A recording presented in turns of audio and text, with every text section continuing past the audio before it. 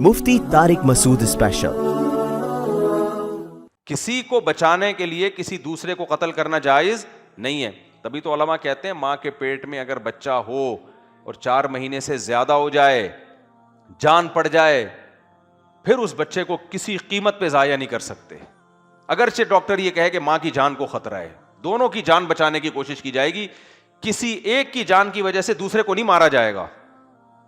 سمجھتے ہو؟ ہاں, اتنا ہو کہ یہ ہو کہ بچے کا بارے میں امید ہو کہ یہ پیدا ہی مرا ہوا ہوگا, تو پھر تو نکالا جا سکتا ہے مار کے, کیونکہ وہ تو زندگی میں آنا ہی نہیں ہے نا اس نے.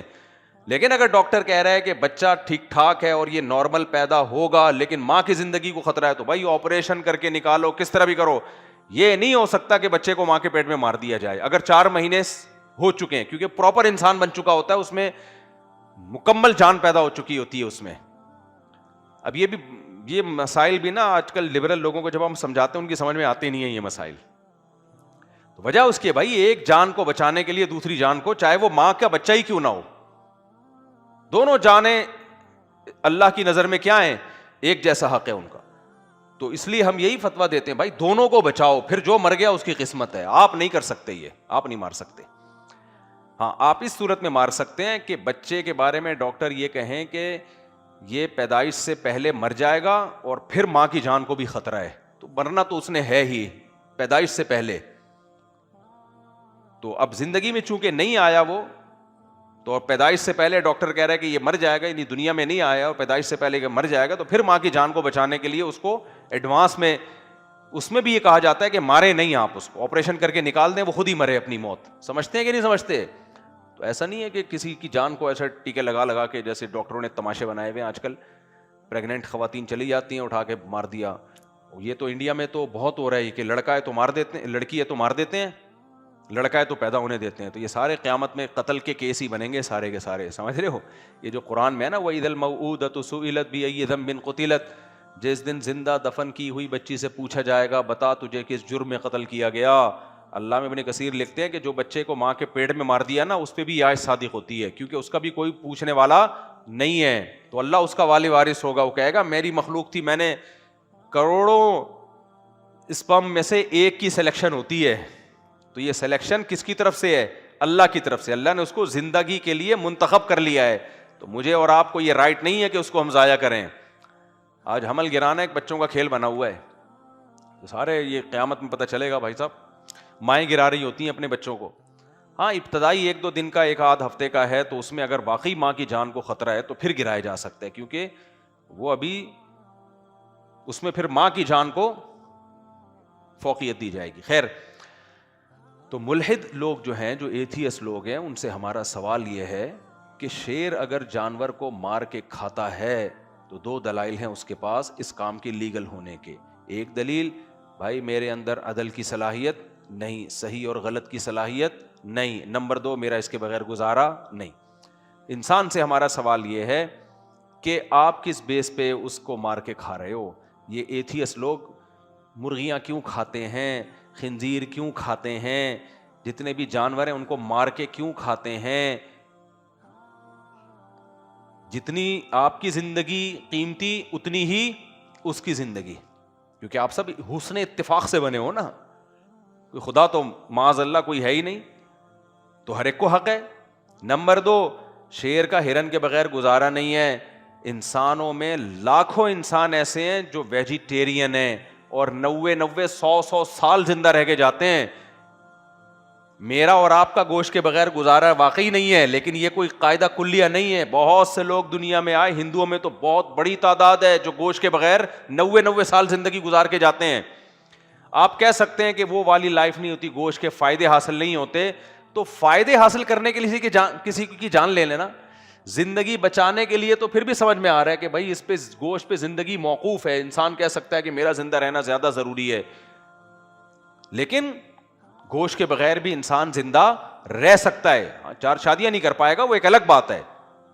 تو یہ لوگ تو ویسی شادیوں کے قائل نہیں ہیں, ملحد لوگ. یہ تو کہتے ہیں ایک تو سوسائٹی کے ایک آپس کی کمپرومائز سے ایک طے ہوا ہوا ہے کہ شادی ہو جاتی ہے, ورنہ کوئی ضروری تھوڑی ہے. تو یہ تو سوسائٹی کا کلچر ہے, یہ تو اس طرح کی فضول باتیں کرتے ہیں نا, تو ان کے لیے تو بالکل بھی حلال نہیں ہونا چاہیے. تو ان کے لیے تو گائے کاٹنا بھی حلال نہیں, کچھ بھی حلال نہیں ہونا چاہیے. تو اسلام کا سوال یہ کس سے ہے؟ ملحدوں سے. ہندوؤں سے سوال یہ ہے کہ تم جو یہ کہتے ہو ہم گوشت نہیں کھاتے, اس لیے وہ بھی یہی دلیل, وہی دلیل دیتے ہیں جو میں بھی ملحدوں کے خلاف دلیل دے رہا ہوں. اگر ہم خدا کو نکال دینا ڈکشنری سے تو ہندو بالکل صحیح دلیل دیتا ہے. میں نے کلپ دیکھا جس میں ایک ہندو کہہ رہا ہے, اسے گوشت لایا گیا نا کوئی, جیسے وہ موٹیویشن کے لیے کہ گوشت مت کھایا کرو. اس نے کہا بھائی جس جانور کا تم نے یہ گوشت نکالا ہے اس کو بھی زندہ رہنے کا حق تھا. ابھی پرانی بات ہے, مجھے پورے الفاظ یاد نہیں ہیں. یہ جانور کسی کا بچہ ہوگا یا کسی کی ماں ہوگی, اس کو بھی تکلیف ہوتی ہے نا. آپ بھینس کے بچے کو ذرا کاٹ کے دیکھو, بھینس کاٹ دے گی آپ کو. 1 ہفتے تک بھینس ڈپریشن میں رہتی ہے, اتنا محبت کرتی ہے اپنے بچے سے, ٹینشن میں ہوتی ہے. مرغی کے چوزے کو الگ کر کے دیکھو, مار دے گی آپ کو جان سے. تو ہندو جو عقلی دلیل دیتے ہیں, عقل کے لحاظ سے, ظاہری لحاظ سے بہترین دلیل ہے کہ بھائی جتنا ہمیں زندہ رہنے کا حق ہے اتنا ہی جانوروں کو بھی حق ہے. تو ڈاکٹر ذاکر نائک صاحب نے اس کا جو جواب دیا ہے کہ بھئی جانوروں میں بھی تو حیات ہوتی ہے, زندگی ہوتی ہے. ڈاکٹر صاحب قابل احترام ہے, لیکن یہ جواب مزیدار نہیں ہے. بھائی حیات ہونا الگ چیز ہے, شعور ہونا الگ چیز ہے. پودوں میں حیات ہوتی ہے, زندگی ہوتی ہے, شعور نہیں ہوتا. پودے کو تھوڑی پتا ہوتا ہے آپ مجھے کاٹ رہے ہو کہ نہیں کاٹ رہے. جانوروں کو تو پتا ہوتا ہے, ڈر بھی جاتے ہیں, تڑپتے ہیں, بھاگنے کی کوشش کرتے ہیں. پودے حکمن بے جان ہی ہیں, ان میں شعور نہیں. اصل بات حیات کی نہیں ہے, اصل بات کس کی ہے؟ شعور کی. تو عقلی لحاظ سے دیکھا جائے تو بھائی ہندو جو کہہ رہا ہے اگر خدا کو ہم نکال دیں, خدا کے تصور کو ہم نکال دیں انسان کی زندگی سے, تو ہندو تو صحیح بات کر رہا ہے وہ کہ کیوں کھائیں ہم گوشت, کس بیس پہ کھائیں. تبھی آپ ہندوؤں کے کلپ دیکھیں, وہ سبزی کھانے کو بہت پروموٹ کر رہے ہیں. یہ نا یوٹیوب کی دنیا میں ایک پوری جنگ چل رہی ہے ڈاکٹروں کے درمیان کہ گوشت کھانا چاہیے یا سبزی. ایک ہندو ڈاکٹر ہے, وہ سبزی کے بہت فضائل بیان کرتا ہے. وہ کہتا ہے یہ جتنے بادام پستے ہیں نا ان کو بھی نکال کے باہر پھینک دو, روٹی کھاؤ, چاول کھاؤ, سمجھ رہے ہو, کھانا کھاؤ. اور آپ ہمارے مسلمان ڈاکٹروں کی تقریریں سن لیں, یا انگریزوں کی, جو انگریز بھی کرسچن ہے نا وہ بھی تو گوشت کو حلال سمجھتے ہیں, یا یہودی بھی, جو وہ بھی جتنے بھی آسمانی مذاہب ہیں وہ سارے گوشت کے فضائل. وہ کہہ رہے ہیں روٹی چاول چھوڑو, کس پہ سیٹ ہو جاؤ؟ گوشت. تو یہ پوری جنگ ہے یوٹیوب پہ. تو ہندو کیا دلیل دیتا ہے؟ بھائی جتنا ہمیں زندہ رہنے کا حق ہے اتنا ہی ان جانوروں کو بھی, ہم کیوں ان کی جان لیں. اور خاص طور پر گائے جیسی عظیم شخصیت جس نے ساری زندگی دودھ پلایا, اور جب وہ ریٹائر ہو گئی, ماں بھی دودھ پلاتی ہے, جب دودھ پلانا بند کرتی ہے تو بوڑھی ہو جاتی ہے, تو اس کی تعظیم کم ہوتی ہے یا بڑھ جاتی ہے؟ جب دودھ پلا رہی تھی کم تعظیم, جب بوڑھی ہو گئی تو اس کی عظمت زیادہ. تو گاؤ ماتا بھی جب تک دودھ پلا رہی ہے تعظیم کے قابل, اور جب دودھ پلانا بند کر دے, ریٹائر ہو جائے, تو اب اس کی پینشن لگاؤ, اب اس کی تعظیم کم ہونے کے بجائے بڑھا دو. تو عقل کے حساب سے تو بظاہر صحیح باتیں ہیں. کیا خیال ہے بھائی؟ ہاں, اس پر یہ اشکال ہوتا ہے دوسرے جانور بھی تو کہہ رہے کر لو نا, ہم نے کب منع کیا ہے؟ بھینس کو بھی ماتا بنا لو, اس میں ہم نے کوئی پابندی تھوڑی لگائی ہے. ابے ہندو اگر کہتے ہیں گائے مقدس ہے تو بھینس کے مقدس ہونے پر انہیں پابندی تھوڑی لگا دی ہے. کہنے کسی نے بھینس کو مقدس مان لیا تو مان لے بھائی, ہمیں گائے زیادہ مقدس لگ رہی ہے, ہمارا دل گائے پر زیادہ آ گیا ہے کہ یہ اس میں تقدس کا عنصر زیادہ ہے. یہ ان کی باتیں ہیں, وہ جو جس طرح سے اس کو ایکسپلین کریں. قرآن نے خدا کی قسم اس مسئلے کو 2 اور 2 4 کی طرح کیا کر دیا ہے, دونوں انتہاؤں کو.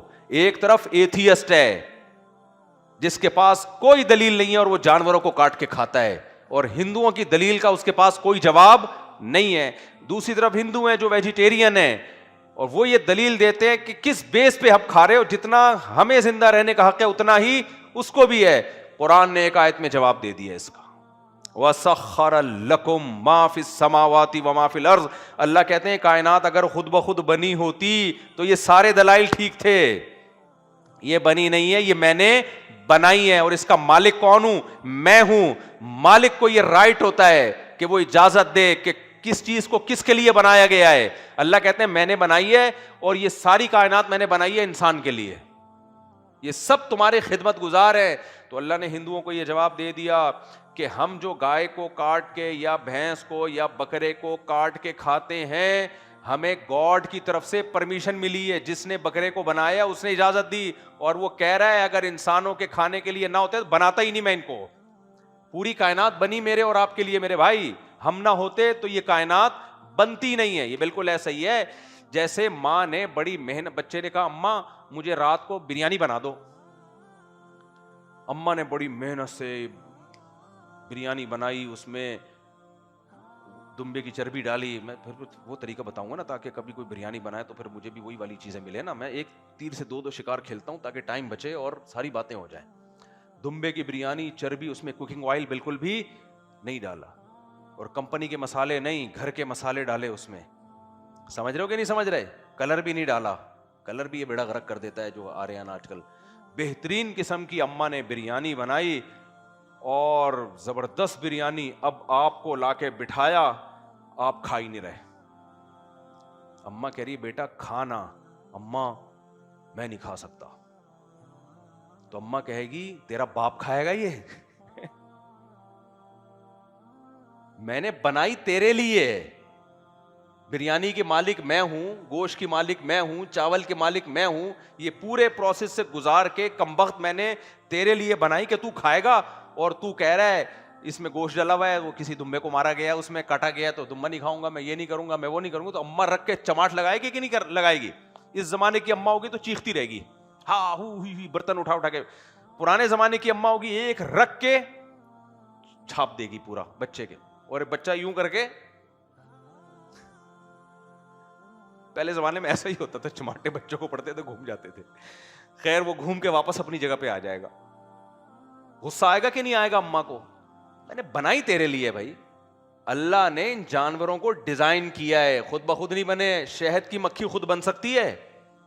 ظلم تو یہ بھی ہے, شہد کی مکھی اتنا شہد بناتی ہے اور کیسے اپنے شہد کی حفاظت کرتی ہے. آپ وہ منظر یوٹیوب پہ دیکھو ذرا. میں تو خود شہد کے چھتوں سے نکالتا رہا ہوں نا شہد, کتنا ترس آتا ہے مکھیوں پہ. جب مکھی کو اندازہ ہو جائے نا کوئی انسان آ رہا ہے شہد نکالنے, چوس کے سارا ختم کر دیتی ہے. تبھی شہد نکالنے کے ماہرین کہتے ہیں دیکھ کے رکھو کہاں ہے شہد کا چھتا, زیادہ چھیڑو نہیں مکھیوں کو. جب بڑا ہو جائے نا, اندازہ ہو اب بہت ہو گیا ہے, اچانک جاؤ چھاپا مارو, دھواں دے کے ان کو ہٹاؤ وہاں سے. اس میں کچھ بے ہوش ہوں گی, کچھ مریں گی, کچھ تڑپیں گی. سارا تہس نہس کر دی ان کی محنت. کتنی محنت سے انہوں نے شہد بنایا ہوتا ہے, اتنی اسٹرگل ہوتی ہے, پوری ایک کمپنی کی طرح کام ہوتا ہے. ایسا نہیں ہوتا کہ ساری ایک ہی کام میں لگی ہوئی ہیں. ملکہ مکھی ہے, مزدور مکھیاں ہیں, نر مکھیاں, مادہ مکھیاں, انڈے والی الگ مکھیاں, انڈوں کی حفاظت کے لیے الگ, انڈے دینے کا ڈپارٹمنٹ الگ. پورا کمپنی بھائی, کمپنی بھی ایسے کام نہیں کر رہی ہوتی. پھر وہ جو شہد کے 6 کونے ہوتے ہیں چھتے کے, اس میں اسپیس زیادہ ہوتی ہے, وینٹیلیشن کا. مکھیاں باقاعدہ ہوا دے رہی ہوتی ہیں, یہ ریسرچ سے ثابت ہے کہ ٹیمپریچر کو مینٹین رکھنا ہے. اب اتنی محنت سے انہوں نے بنایا, اور ہم گئے دھواں دے کے چڑھاڑے ٹڑے یہاں سے سارا ہٹایا یوں یوں کر کے, پورا چھتا توڑ کے گھننے بن کے مکھی دیکھ رہی ہے. بھائی یہ ہے حضرت انسان مفتی صاحب, جو ہر وقت چوری کے خلاف اور ڈکیتی کے خلاف بیانات داغتے رہتے ہیں. انسانیت انسانیت, یہ انسانیت ہے؟ ہم پاگل ہیں جو ہم نے اتنی محنت کی ہے. اور اگر انسان تھوڑا سا شہد اس میں چھوڑ دے نا مکھیوں کے لیے, تو وہ بھی کمبخت اپنے لیے چھوڑ رہا ہوتا ہے. بھاگنا نہیں یہاں سے, دوبارہ بنانا 6 مہینے بعد پھر آؤں گا میں. چھوڑتا بھی اس چکر میں ہے, ورنہ چوس لے پورا اس کا شہد. اور یہ تو شکر ہے مکھیوں کا سالن نہیں بنتا, ورنہ انسان کیا کرتا, شہد بھی نکالتا, ان مکھیوں کو پکڑ کے ان کا بھی شوربہ بنا کے پیتا. تو ہندو کے پاس اس کا جواب ہے یار گوشت جب اللیگل ہے تو شہد بھی اللیگل ہونا چاہیے. ایتھیس کے پاس جواب ہے, بولتے کیوں نہیں, ملحد کس بیس پہ ہوا؟ بھائی اس نے اپنے لیے بنایا ہے, کتنا ظلم ہے. کیا شہد کے بغیر آپ کا گزارا نہیں ہو سکتا؟ شہد کے بغیر بھی آپ کا گزارا ہو سکتا ہے. شہد کھانا کوئی ضروری تو نہیں ہے. ان تمام باتوں کا جواب صرف کس کے پاس ہے؟ تبھی تو ہمیں اسلام سے محبت ہے. ہم گنہگار مسلمان ہیں, لیکن خدا کی قسم مذہب صرف اسلامی ہے, ختم. کلیئرٹی کس کے پاس ہے؟ اسلام کے پاس. ہاں اگر ہم سے کوئی غلطی ہو اللہ سے معافی مانگو, اللہ ہم عمل نہیں کر پا رہے, گناہ گار ہیں, توبہ کی توفیق دے ہمیں, سیدھے راستے پہ چلا. لیکن ہمیں پتہ ہے سیدھا ٹریک ہے صرف اور صرف اسلام, صرف اسلام. یہ 4 شادیاں کوئی دیکھ لو یار, تھوڑی دیر عقل سے سوچو نا. اسلام کے علاوہ کسی مذہب میں الاؤ نہیں ہے. بیڑا ہی غرق کر دیا انہوں نے اپنی سوسائٹی کا, مردوں کا بھی بیڑا غرق, عورتوں کا بھی بیڑا غرق. میں نے ایک ہندو سے پوچھا تم لوگ ایک بیوی رکھتے ہو تو کیا زندگی میں ایک ہی؟ وہ کہتا ہے نہیں بھائی, میں نہیں کہہ رہا سارے ہندو ایسے ہیں, وہ ڈاکٹر تھے پاکستانی, کہتے ہیں بھائی ایک ہوتی ہے دکھانے کو, ویسے ادھر ادھر بہت کچھ الٹا سیدھا. میں نہیں کہہ رہا سارے ہندو, میں کسی پہ بدگمان نہیں ہو رہا, لیکن دنیا میں زیادہ تر یہی ہو رہا ہے. زیادہ تر غیر مسلموں میں تو زیادہ ہو رہی ہے. دکھانے کو ایک بیوی ہوتی ہے, چھپانے کو گرل فرینڈز رکھی ہوئی ہوتی ہیں دبا کے. اب تو سائنس نے بھی ثابت کر دیا بھائی میڈیکلی ایک آدمی کے لیے جو, یعنی ایک میڈیکل کو چھوڑو یار, کچھ دلائل 2 اور 2 4 کی طرح ہوتے ہیں. عورت میں جنسی قوت مرد کے برابر اگر ہے تو اس کا مطلب مرد اس بارے میں عورت جیسا ہے. کیا خیال ہے؟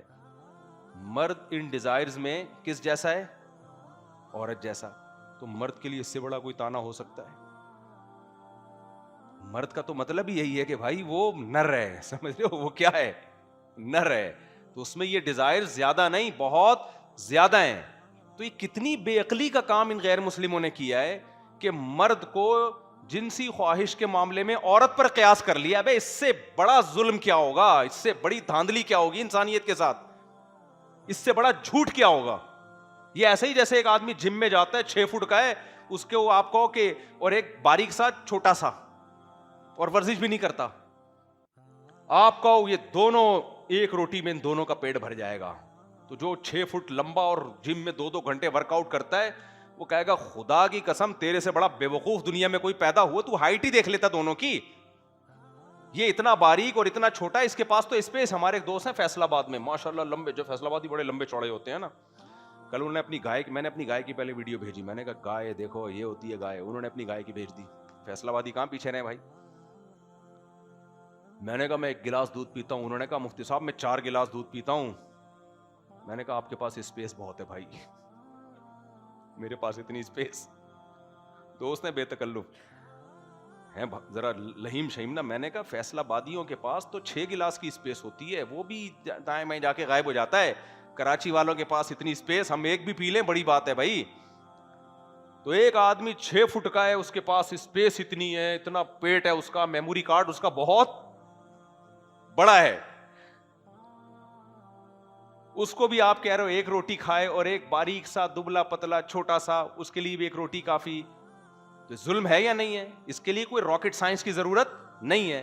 ساری دنیا میں پاگل سے پاگل کو پتا ہوتا ہے کہ مرد میں جنسی جذبات عورت سے زیادہ نہیں بلکہ بہت زیادہ ہوتے ہیں. تو یہ کیسے ممکن ہے کہ ایک عورت کے لیے اگر ایک مرد ہے تو ایک مرد کے لیے بھی ایک عورت کافی ہو سکتی ہے؟ عقل کے بھی خلاف ہے یہ. احترام عورتوں کو زیادہ ہوتا ہے مردوں کو ہوتا ہے؟ مردوں کو ہوتا ہے نا. بالغ ہوتے ہی کتنا نائٹ فال شروع ہو جاتا ہے ان کو. اس کی علامت ہے بھائی, اس میں ڈیزائر. یہ کچھ حکیموں نے لمبی چھوڑی بھی ہے کہ عورت میں خواہش زیادہ ہوتی ہے, ابھی بیکار کی باتیں یہ کچھ حکیم ہیں پھینکتے رہتے ہیں کچھ. تو کوئی بھی ریلائبل حکیم ہوگا وہ کبھی بھی یہ بات نہیں کرے گا. ٹیسٹوسٹیرون جو ہارمونز ہیں نا جس کی وجہ سے یہ خواہش پیدا ہوئی, مردوں میں بہت زیادہ ہوتے ہیں, خواتین میں تو نہ ہونے کے برابر ہوتے ہیں. خیر ایک ایک حکم کو دیکھ لو یار اسلام کو. تو اسلام نے اس اشکال کا جواب دیا, بھائی تم شہد کی مکھی کو چھتا کیوں کھا لیتے ہو؟ یہ شہد کی مکھی کو اللہ نے الگ سے ہائی لائٹ کی, اس کی محنت بہت ہے بیچاری کی. اور گائے کا دودھ تم کیوں پیتے ہو؟ تو ملحد کے پاس جواب نہیں, ہندو کے پاس جواب نہیں. اللہ نے ایک ہی آیت میں دونوں مسئلے حل کر دیے. اللہ کہتے ہیں یہ میں نے سب کچھ تمہارے لیے مسخر کیا ہے. دیکھو قرآن کے الفاظ یہ نہیں ہے کہ یہ میں نے تمہارے لیے ان کو محسن بنایا ان سب چیزوں کو. اگر اللہ کہتا ہے نا یہ کائنات اس لیے بنائی کہ اس کی ایک ایک چیز تم پر احسان کرے, تو یہ ساری کائنات میرے اور آپ کے لیے مقدس ہو جاتی, ماں باپ کی طرح. سمجھ رہے ہو؟ ہمیں رسپیکٹ دینی پڑتی. سورج نکلتا ہم صبح صبح سلوٹ مرتے, رسپیکٹ. ہر ایک کا اپنا طریقہ ہوتا. فوجی لوگ یوں کر رہے ہوتے سورج, ہندو لوگ یوں کر رہے ہوتے, مسلمان لوگ سجدہ کر رہے ہوتے. رسپیکٹ دے رہے ہوتے ہیں نا, جو بھی طریقہ رسپیکٹ دینے کا, عزت دینے کا ہوتا. پھر ہم جب چاند کو دیکھتے تو پھر فوجی لوگ تو بیچارے سارا دن سلوٹ ہی کرتے رہتے. ہمارے ایک دوست تھے آرمی میں, میرا ان کے پاس دوست کیا ریلیٹیو ہی تھے, تو میرا جب بھی جانا ہوتا ایک بیچارہ وہ فوجی کھڑا ہوتا تھا پھر یوں. میں نے کہا یار اس بیچارے کو کس کام پہ لگا دیا آپ نے, فوج کا بھی اپنا ہی ایک سسٹم ہے. ان کو بھی ہنسی آتی تھی, کہہ رہے ہیں ہمارا سسٹم ہے بھائی. خیر